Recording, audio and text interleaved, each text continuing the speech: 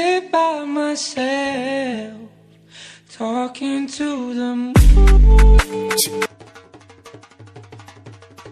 नमस्कार दोस्तों, स्वागत है आपका हमारे YouTube चैनल में। आज की इस वीडियो में हम आपके लिए बहुत बड़ी जानकारी लेके आए हैं। आपको बताते चलें कि जो हमारा महाकौशल रूट है ये दक्षिण भारत जाने के लिए सबसे सुगम मार्ग है, यानी कि बहुत ही कम समय में, और यात्रियों का जो भाड़ा है वो भी कम लगेगा अगर महाकौशल से ट्रेन उत्तर भारत की ओर जाएगी। भारतीय रेलवे का जो जबलपुर गोंदिया सेक्शन है तो यह नैरो गेज था। भारतीय रेलवे का जो विचार था कि जबलपुर गोंदिया सेक्शन को डिसमेंटल करके ब्रॉड गेज में बदला जाए, और बदलने के बाद दक्षिण भारत जाने के लिए कई ट्रेनों को इसी रूट से चलाया जाएगा, ऐसा उनका प्लान पहले से था। लेकिन पिछले 2-2.5 साल से ट्रेन जब नहीं चली तो लोगों को लगा जबलपुर गोंदिया सेक्शन में ट्रेनों को नहीं चलाया जाएगा, लेकिन ऐसा नहीं था, क्योंकि भारतीय रेलवे ने करोड़ों रुपए खर्च करके जबलपुर गोंदिया सेक्शन तो बनाया। उनका विचार था कि पहले ये ट्रैक थोड़ा ठीक हो जाए, उसके बाद धीरे धीरे ट्रेनों के परिचालन को शुरू किया जाएगा। इस बीच बहुत बड़ी खबर लेके आए हैं। आपको बताते चलें कि भारतीय रेलवे बहुत जल्दी कई ट्रेनों को नए रूट पर चलाने की योजना पर काम कर रहा है। रेलवे का उद्देश्य है कि अब उत्तर भारत से जबलपुर होकर इटारसी से नागपुर और फिर दक्षिण भारत जाने वाली ट्रेनों के रूट में परिवर्तन किया जाए, जिससे यात्रा करने वाले यात्रियों के समय की बचत होगी। साथ में एक ही रूट पर चलने वाली कई ट्रेनों की संख्याएं भी घटाई जा सकती हैं। लंबी दूरी वाले रूट पर करीब 4 गाड़ियां लगी होती हैं, जो कि एक के पीछे एक जाती हैं। लेकिन अब रूट परिवर्तित करने से जहां गाड़ियों की संख्या में कमी आएगी, वहीं यात्रियों के सफ़र के समय में बचत होगी, क्योंकि back to back train Jabalpur Itarsi मार्ग से चलती हैं। ऐसे में क्या हुआ कि ट्रेन ट्रैफिक बहुत ज़्यादा हो जाता है।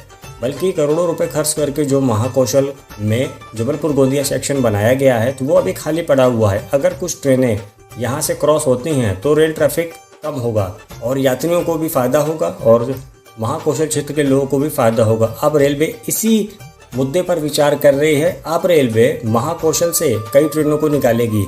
जानकारी के अनुसार जबलपुर गोंदिया ब्रॉडगेज लाइन के साथ नैनपुर छिंदवाड़ा ब्रॉडगेज लाइन भी बनकर तैयार है। विद्युतीकरण का काम बताया गया कि फरवरी में पूरा हो जाएगा। वहीं 24 अप्रैल को प्रधानमंत्री ने रीवा इतवारी और नैनपुर छिंदवाड़ा ट्रेन को हरी झंडी दिखाकर शुभारंभ कर दिया है। रीवा इतवारी वाया नैनपुर सिवनी छिंदवाड़ा के रास्ते शुरू हुई है और नैनपुर छिंदवाड़ा ट्रेन भी शुरू हुई है। इसके साथ ही नए रूट का भी शुभारंभ हो गया। अब जबलपुर से इटारसी बैतूल होकर नागपुर जाने वाली ट्रेनों को नए रूट पर चलाया जाएगा, यानी कि महाकौशल रूट से जाएंगी ट्रेनें, ताकि यात्रियों को लाभ मिल सके।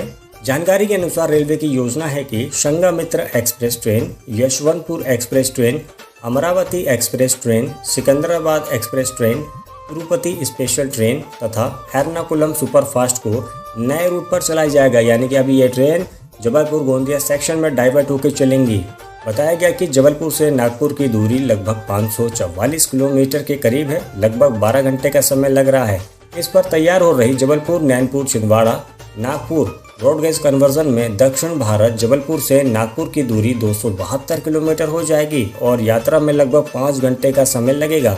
इस तरह पता चल रहा है कि यात्रा के दौरान यात्रियों के समय में काफ़ी बचत होगी, किराया कम होगा, रेलवे के राजस्व में वृद्धि होगी और साथ ही साथ ट्रेन का जो दबाव है वो भी बहुत हद तक कम हो जाएगा। इस वजह से भारतीय रेलवे जो ट्रेनें हमने आपको भी बताई हैं, इन ट्रेनों को वाया जबलपुर गोंदिया सेक्शन में डाइवर्ट करने की सोच रहा है।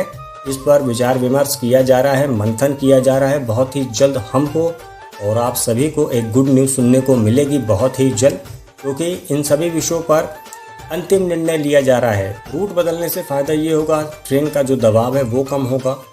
जबलपुर गोंदिया सेक्शन में ट्रेनों की जो इतनी ज़्यादा समस्या है वो भी ख़त्म हो जाएगी। यात्रियों का समय कम लगेगा। जो अभी ट्रेन इतना घूम के जाती है, इटारसी होके जाती है, तो उनको उतना लंबा नहीं जाना पड़ेगा।